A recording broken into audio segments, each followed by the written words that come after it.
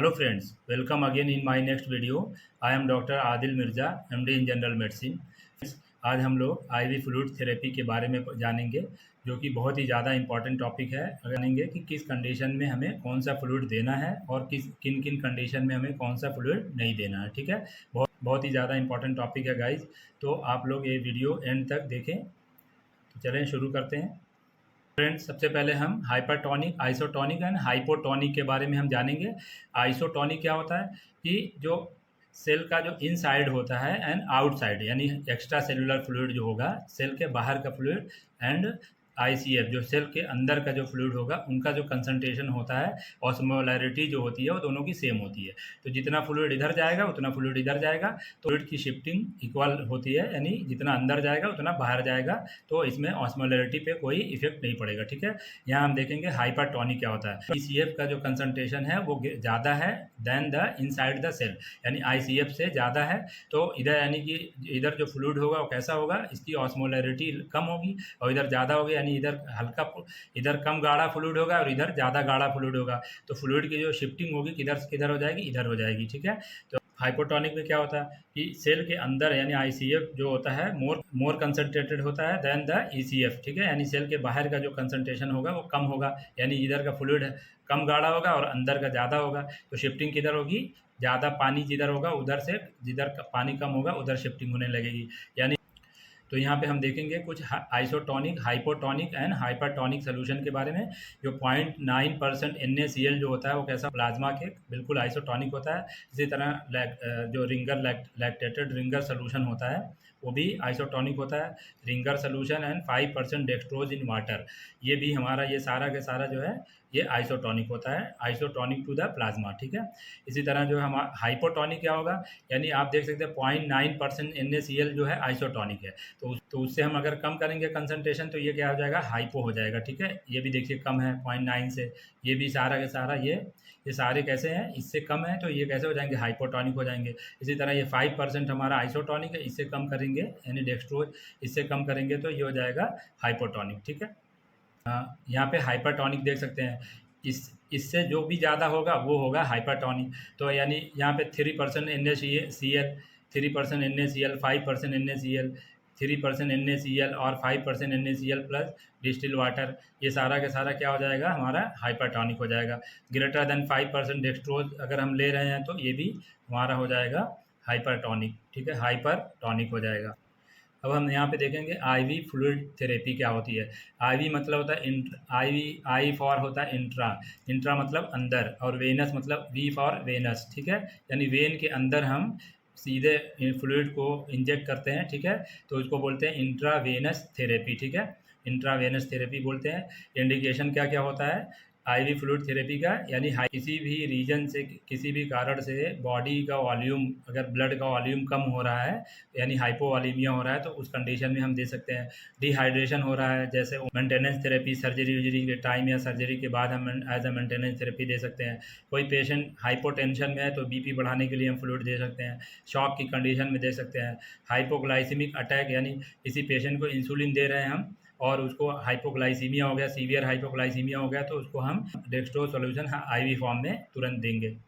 इसी तरह कंट्रा indication IV fluid का क्या हो सकता है, वॉल्यूम ओवरलोड हो जाए, हाइपर टेंशन की कंडीशन हो, हाइपर टेंशन में हम कौन सा फ्लूइड देना कौन सा नहीं देना ये आगे देखेंगे। ठीक है, volume overload, CHF, renal failure की कंडीशन हो, यानी कि आपका बॉडी से वॉल्यूम, यूरिन बाहर नहीं निकल पाएगा रेनल फेलियर कंडीशन में, तो वॉल्यूम एक्यूमुलेट होने लगेगा बॉडी में। तो ये सारी कंडीशन में हम कंजेस्टिव हार्ट फेलियर हैं, यानी जो जो जिन जिन कंडीशन में वॉल्यूम ओवरलोड होने के चांस होते हैं उसमें हम आईवी फ्लूइड नहीं देते हैं। ठीक है, कौन सा फ्लूइड कितना देना है ये पेशेंट की कंडीशन पे डिपेंड करता है। हम जनरली 2 से 3 लीटर तक फ्लूइड दे सकते हैं। ठीक है, तो सबसे पहले हम नॉर्मल सलाइन के बारे में देखेंगे। इसका कंपोजिशन क्या होता है, 0.9 ग्राम जो सोडियम क्लोराइड। ठीक है, यानी जो कॉमन साल्ट होता है, जो टेबल साल्ट भी जिसको हम बोलते हैं, जो नमक, जिसमें जनरली हम आईवी फ्लूइड नहीं देते हैं। ठीक है, तो सबसे पहले हम नॉर्मल सलाइन के बारे में देखेंगे। इसका कंपोजिशन क्या होता है, 0.9 ग्राम जो सोडियम क्लोराइड, ठीक है, यानी जो कॉमन साल्ट होता है, जो टेबल साल्ट भी जिसको हम बोलते हैं, जो नमक जिसको यूज़ हम करते हैं घर में, वो 0.9 ग्राम सोडियम क्लोराइड हम 100 ml डिस्टिल वाटर या वाटर में हम मिलाते हैं, तो इसको बोलते हैं नॉर्मल सलाइन बोलते हैं, ठीक है। ये आइसोटोनिक होता है, अभी हम लोगों ने पीछे देखा भी है। अदर किसका है, 3% में मिल सकता है, 5% मिलता है, तो ये 3%, 5% ये सब क्या होंगे, हाइपरटोनिक हो जाएंगे। एंड 0.5 इससे कम जो कंसंट्रेशन होगा, 0.5, 0.45%, 0.33%, ये सारे कैसे होंगे, हाइपोटोनिक होंगे, ठीक है। ये 100 ml की बॉटल में भी मिलता है, 500 की 1 लीटर की कैपेसिटी के बॉटल में मिलता है, ठीक है। अब यहाँ हम देखेंगे यूजेज ऑफ नॉर्मल सलाइन, कहाँ कहाँ हम यूज़ करेंगे। डिहाइड्रेशन या हाइपोवॉलीमिया हो जाए ड्यू टू वोमिटिंग या डायरिया की कंडीशन में, एंड एक्यूट ब्लड लॉस हो गया किसी को है, अगर कोई एक्सीडेंटल केस है, वहाँ पे ब्लड लॉस हो गया, ब्लीडिंग हो रही है पेशेंट को, तो हमें वॉल्यूम मेंटेन करने के लिए हम वहाँ पे NS दे सकते हैं। एक्सेसिव स्वेटिंग हो गई जिसकी वजह से डिहाइड्रेशन हो जाएगा, ऐसी कंडीशन में भी हम नॉर्मल सलाइन दे सकते हैं पेशेंट को। During and after surgery as a maintenance fluid to wash wound, यानी कोई वुंड है उसको वाश करने में भी हम इसका यूज़ करते हैं। इसके अलावा हाइपोटेंशन बीपी अगर डाउन है, बीपी काफ़ी कम है, तो हम नॉर्मल सलाइन हम दे के बीपी बढ़ा सकते हैं, ठीक है। एज अ डाइल्यूएंट, यानी अक्सर इंजेक्शन क्या होते हैं, वो जो पाउडर फॉर्म में होते हैं, तो उसको हम क्या करते हैं कि उसको लिक्विड फॉर्म में बनाने के लिए नॉर्मल सलाइन का यूज़ कर सकते हैं, ठीक है। उसके अलावा ब्लैडर एंड स्टमक को इरीगेट करने के लिए, उसको हम ब्लैडर वॉश करने के लिए भी हम यूज़ कर सकते हैं। ये हाइपोनाइट्रीमिया, यानी अगर सोडियम की कमी हो जाए बॉडी में, अगर सीरम इलेक्ट्रोलाइट हम करा रहे हैं उसमें सोडियम की कमी होगी, तो हम नॉर्मल सलाइन को दे सकते हैं, ठीक है। डिपेंड अपॉन द कितना सोडियम कम है, ठीक है, उसके हिसाब से हम 0.9%, 3%, 5% नॉर्मल सलाइन 3% सलाइन हम दे सकते हैं, ठीक है। इसके अलावा डायबिटिक कीटो एसिडोसिस का पेशेंट है, तो उसमें हम फ्लूइड थेरेपी में जनरली हम नॉर्मल सलाइन का भी यूज़ करते हैं, ठीक है। 3% NaCl का हम यूज़ NaCl एंड 5% NaCl का हम यूज़ कहाँ करते हैं, हाइपोनाइट्रीमिया की कंडीशन में यूज़ करते हैं फ्रेंड।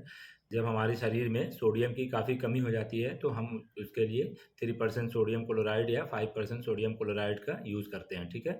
अब हम देखेंगे कंट्राइंडिकेशन ऑफ नॉर्मल सलाइन, ठीक है, यानी कि नॉर्मल सलाइन हम किन किन कंडीशन में हम नहीं दे सकते, ठीक है। हाइपरटेंशन, देखिए अगर हाइपरटेंशन का पेशेंट है तो सोडियम क्या करेगा, जो इसमें नॉर्मल सलाइन में सोडियम है वो क्या करेगा, सोडियम के साथ हमेशा वाटर भी रिटेन होता है। जब वाटर इसके जितना सोडियम बढ़ेगा उतना वाटर बॉडी में बढ़ेगा, वाटर बढ़ेगा तो हाई वॉल्यूम बढ़ेगा, एंड वॉल्यूम बढ़ेगा तो क्या हो जाएगा, प्रेशर भी बढ़ जाएगा। तो हाइपरटेंशन ऑलरेडी है, हम पेशेंट को नॉर्मल सलाइन दे देंगे तो उससे क्या हो जाएगा, बीपी और बढ़ जाएगा, फर्दर बढ़ जाएगा।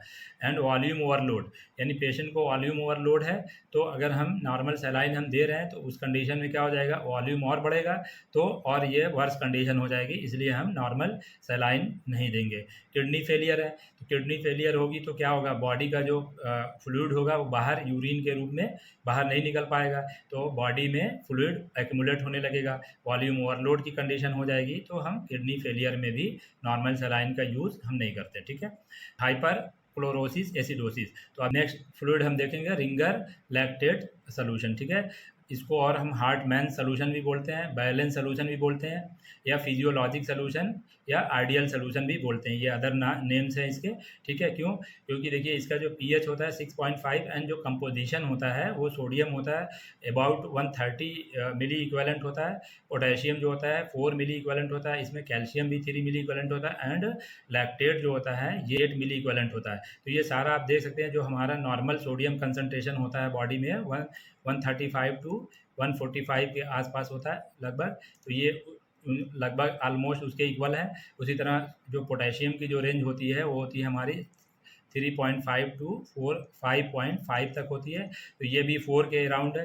तो ये ऑलमोस्ट जो है हमारी बॉडी का जो सोडियम पोटेशियम इलेक्ट्रोलाइट का जो कंसंट्रेशन होता है उसके बराबर ही होता है, इसीलिए इसको हम आइडियल सोल्यूशन या फिजियोलॉजिक सोल्यूशन, बैलेंस सोल्यूशन, ये सब भी इसको हम बोलते हैं, ठीक है। इसकी जो ऑस्मोलैरिटी होती है वो भी कितनी होती है, 274। तो हमारी बॉडी की जो ऑस्मोलैरिटी होती है प्लाज्मा की नॉर्मल, वो 275 टू 295 तक ऑलमोस्ट होती है, तो इसलिए इसकी भी ऑस्मोलैरिटी हमारे प्लाज्मा के इक्वल होती है ऑलमोस्ट, इसीलिए सोल्यूशन बोलते हैं, ठीक है। अब हम यहाँ पे देखेंगे यूजेज ऑफ आरएल। तो आरएल का भी हम यूज़ कहाँ कर सकते हैं? डिहाइड्रेशन की कंडीशन में, बर्न की कंडीशन में, शॉक में, मेटाबॉलिक एसिडोसिस में हम यूज़ कर सकते हैं। मेटाबॉलिक एसिडोसिस में क्यों यूज़ करते हैं? क्योंकि जो इसमें लैक्टेट होता है वो लैक्टेट ये लीवर में जब जाता है तो लीवर इस लैक्टेट को कन्वर्ट कर देता है बाइकार्बोनेट में, ठीक है, बाइकार्बोनेट में कन्वर्ट कर देता है। एंड गाइस, मैंने एबीजी वाले वीडियो में आप लोगों को बता रखा है कि bicarbonate work as a base, ठीक है। तो इस कंडीशन में क्या होगा कि जैसे जैसे बाइकार्बोनेट का अमाउंट लीवर बढ़ाएगा तो क्या होगा कि जो एसिडोसिस से धीरे धीरे एल्कलोसिस में कन्वर्ट हो जाएगा, ठीक है। एंड किसका हाइपोटेंशन में भी हम यूज़ कर सकते हैं। तो RL is fluid of choice किस कंडीशन में? डिहाइड्रेशन। अगर पेशेंट को डिहाइड्रेशन हो रखा है due to diarrhoea and vomiting तो हम जनरली आरएल को प्रीफर करते हैं, ठीक है। आरएल हम कहाँ कहाँ यूज़ नहीं कर सकते? लीवर फेलियर की कंडीशन में। गाइस, अभी आपने देखा अगर लीवर फेलियर होगा तो लैक्टेट बाइकार्बोनेट में चेंज नहीं हो पाएगा, तो वहाँ पे क्या हो जाएगा? लैक्टिक एसिडोसिस की कंडीशन डेवलप हो जाएगी, ठीक है। एंड हाइपर कैलेमिया में भी हम नहीं देंगे क्योंकि इसमें पोटेशियम होता है। तो हाइपर कैलेमिया का लेवल थोड़ा भी, पोटेशियम का लेवल अगर 5.5 से थोड़ा भी बढ़ जाएगा तो क्या हो जाएगा? एरिथमिया हो जाएगा, ठीक है। तो ऐसी कंडीशन में भी हम नहीं दे सकते, ठीक है। एंड लैक्टिक एसिडोसिस, तो लैक्टिक एसिडोसिस ऑलरेडी हो रखी है एंड पेशेंट को, तो ये क्या हो जाएगा? हम इसमें लैक्टेट है ऑलरेडी, तो लैक्टेट से ये लैक्टिक एसिडोसिस और प्रिसिपिटेट हो जाएगा, इसलिए हम आरएल इन सब कंडीशन में हम अवॉइड करेंगे, ठीक है। नेक्स्ट हमारा जो है फ्लूइड है डीएनएस। तो डीएनएस क्या होता है? इसका कंपोजिशन हम देखेंगे। 5 ग्राम हम डेक्सट्रोज लेते हैं इन 100 ml नॉर्मल सेलाइन। जो अभी आप लोगों ने पीछे एनएस जो देखा है, एनएस नॉर्मल जो 0.9% एनएस जो लिया है उसी में हम क्या करते हैं? 5 ग्राम डेक्सट्रोज ये हम उसमें घोल देते हैं। इसका नॉर्मल सेलाइन में भी सोडियम कितना होता है? जो एनएस अभी हम लोगों ने पीछे देखा उसमें भी सोडियम 154 मिलीमोल पर लीटर होता है एंड क्लोराइड भी 154 मिलीमोल पर लीटर होता है, ठीक है। तो यानी ये हम नॉर्मल सेलाइन में 5 ग्राम डेक्सट्रोज हम डिजॉल्व कर देते हैं तो ये बन जाता है हमारा डीएनएस, ठीक है। इसकी कैपेसिटी भी आप देख सकते हैं, 100 ml की बॉटल आती है, 500 1 लीटर की भी ये बॉटल में मिल जाता है। अब डीएनएस का यूजेस देखेंगे। गाइस, डिहाइड्रेशन की कंडीशन में दे सकते हैं। हाइपोग्लाइसीमिया हो रहा है किसी पेशेंट को तो वहाँ पे भी दे सकते हैं क्योंकि इसमें डेक्सट्रोज यानी ग्लूकोज होता है, ठीक है। तो हम हाइपोग्लाइसीमिया वाली कंडीशन में भी यहाँ पे डीएनएस प्रीफर करेंगे। उसके अलावा फ्लूइड मेंटेनेंस में हम देंगे। हाइपोटेंशन अगर किसी पेशेंट को है तो उसमें भी हम इसको दे सकते हैं कि इसमें नॉर्मल सेलाइन भी होता है, ठीक है। एंड पेशेंट अगर एनपीओ है, नील पेशेंट को अगर हम माउथ से कुछ नहीं दे रहे हैं तो हम उस कंडीशन में भी डीएनएस में मल्टीविटामिन या कुछ भी डाल के हम दे सकते हैं, ठीक है। And DNS is a fluid of choice in maintenance therapy in non diabetic patient. यानी अगर कोई पेशेंट नॉन डायबिटिक है उसको अगर हमें फ्लूइड देना है तो हम ये डीएनएस को प्रीफर कर सकते हैं, ठीक है, क्योंकि इसमें डेक्सट्रोज भी होता है तो उससे पेशेंट को एनर्जी भी मिलेगी, ठीक है। अब देखेंगे डीएनएस का हम यूज़ कहाँ कहाँ नहीं कर सकते। अगर पेशेंट डायबिटिक है, ठीक है, डायबिटिक पेशेंट में हम यूज़ नहीं करेंगे क्योंकि इसमें डेक्सट्रोज होता है, शुगर और बढ़ा देगा। हाइपरनेट्रेमिया क्योंकि इसमें नॉर्मल सेलाइन में सोडियम भी होता है तो हाइपरनेट्रेमिया की कंडीशन में भी हम नहीं देंगे। वॉल्यूम ओवरलोड होगा तो भी नहीं देंगे। जैसे पल्मोनरी एडीमा है अगर, यानी लंग्स में पानी आ गया, ठीक है। उसके अलावा क्या है? Congestive heart failure, chronic renal failure, इन सारी कंडीशन में भी हम डीएनएस अवॉइड करेंगे। ओपन वुंड को वॉश करने में हम डीएनएस का यूज़ नहीं करेंगे क्योंकि इसमें शुगर है। तो जैसे ही हम वॉश करेंगे तो बैक्टीरिया ओवर ग्रोथ होने लगेगी, वहाँ पे बैक्टीरिया को फ्लरिश होने के लिए वहाँ पे शुगर मिल जाएगी जिससे कि ओपन वुंड और आपका वर्स हो जाएगा, ठीक है। एंड हाइपरटेंशन की कंडीशन में भी नहीं देंगे। क्यों? क्योंकि यहाँ पे आप देख सकते हैं कि नॉर्मल सेलाइन भी इसमें इंक्लूडेड है, इसलिए हाइपरटेंशन में भी अवॉइड करेंगे, ठीक है। नेक्स्ट हमारा फ्लूइड है डेक्सट्रोज सॉल्यूशन, ठीक है। तो डेक्सट्रोज हमारा D5 यानी D5 के फॉर्म में मिलता है, D10, D15, D20, D25, D50, ठीक है। ये जितना इसमें यानी 5 ग्राम डेक्सट्रोज इन 100 ml वाटर में अगर डिजॉल्व होगा तो हम उसको बोलते हैं D5। इसी तरह 10 ग्राम अगर डेक्सट्रोज डिजॉल्व है तो हम उसको बोलेंगे D10, 15 ग्राम डिजॉल्व है तो D15, 20 ग्राम डिजॉल्व है तो हम उसको बोलेंगे D20, 25 ग्राम डिजॉल्व है तो D25, 50 ग्राम डिजॉल्व है तो उसको हम बोलेंगे D50, ठीक है। अब हम देखेंगे यूजेज ऑफ डेक्सट्रोज कहाँ कहाँ हम यूज़ कर सकते हैं। हाइपोग्लाइसीमिया यानी अगर पेशेंट कोई हाइपोग्लाइसीमिक अटैक हुआ है, पेशेंट को बहुत सीवियर हाइपोग्लाइसीमिया हो गया, उसकी शुगर डाउन हो गई, बिलो 40 30 आसपास हो गया है, तो हम उसको क्या करेंगे? तुरंत डेक्सट्रोज हम 25 D25 या D50 उसको हम तुरंत जो है बोलस के फॉर्म में पहले देंगे, फिर उसको इन्फ्यूज़न से भी हम लगा सकते हैं, ठीक है। इसी तरह hypoglycaemia due to overdose of insulin, अगर किसी पेशेंट को इंसुलिन चल रही है तो इंसुलिन की वजह से अगर पेशेंट को सडन हाइपोग्लाइसीमिया हो गया है तो उस कंडीशन में भी हम D25, D20 या D50 का यूज़ कर सकते हैं, ठीक है। D5 का भी यूज़ कर सकते हैं, ठीक है। हाइपरनेट्रीमिया की कंडीशन में तो भी हम इसको यूज़ कर सकते हैं, ठीक है, क्योंकि हाइपरनेट्रीमिया में हम NS एंड DNS नहीं दे सकते तो हम इसको यूज़ कर सकते हैं, ठीक है। तो डिहाइड्रेशन अगर है पेशेंट को तो भी हम यहाँ पे दे सकते हैं। पेशेंट को अगर वीकनेस है तो हम दे सकते हैं, क्योंकि डेक्सट्रोज है is a glucose which is a good source of energy, ठीक है। तो यहाँ पे हम वीकनेस की कंडीशन में भी दे सकते हैं। एंड हाइपर कैलेमिया, अगर पेशेंट को हाइपर कैलेमिया हो रखा है तो हम उसमें क्या करते हैं कि डेक्सट्रोज में यानी D5% या D10 में हम इंसुलिन डाल के हम इसको इन्फ्यूज़न से देते हैं।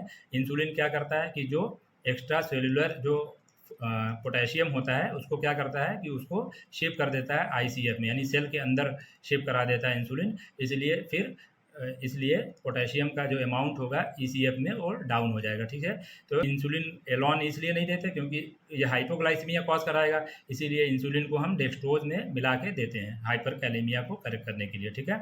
And dextrose is a fluid of choice in hypoglycaemic attack, यानी किसी पेशेंट को अगर सीवियर हाइपोग्लाइसीमिया हो रखा है तो उसको हम तुरंत डेक्सट्रोज देंगे 5%, 10%, 25%, वॉटेवर, ठीक है।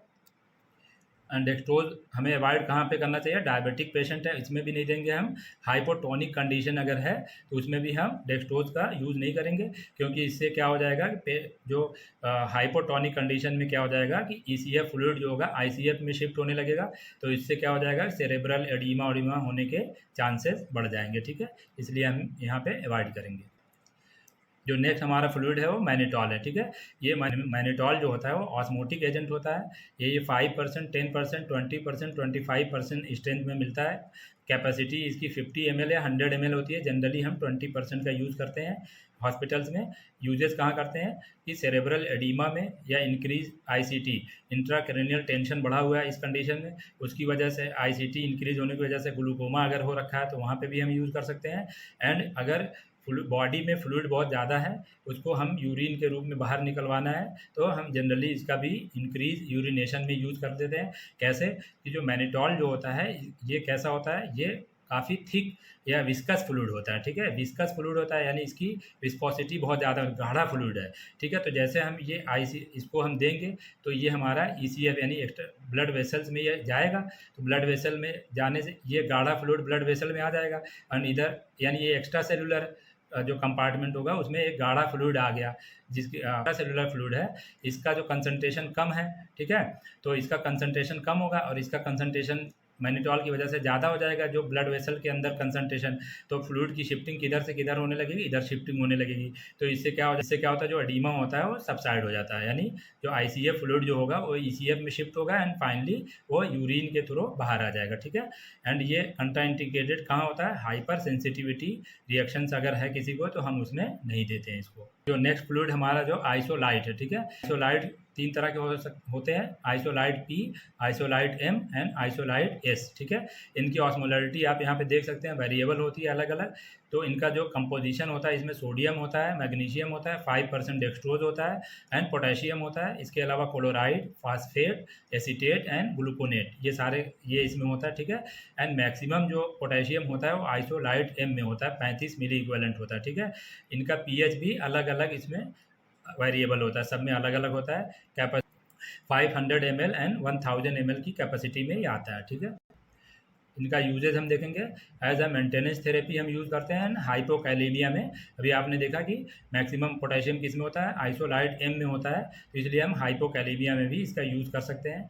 और कहाँ पे यूज़ नहीं करेंगे, हम बर्न्स की कंडीशन में नहीं यूज़ करेंगे एंड रेनल फेलियर में यूज़ नहीं करेंगे, ठीक है। तो गाइज ये हमारे जो इंपॉर्टेंट फ्लूइड जो हम डेली हम हॉस्पिटल्स में यूज़ करते हैं उसके बारे में हम लोगों ने अभी देखा, ठीक है। Thank you.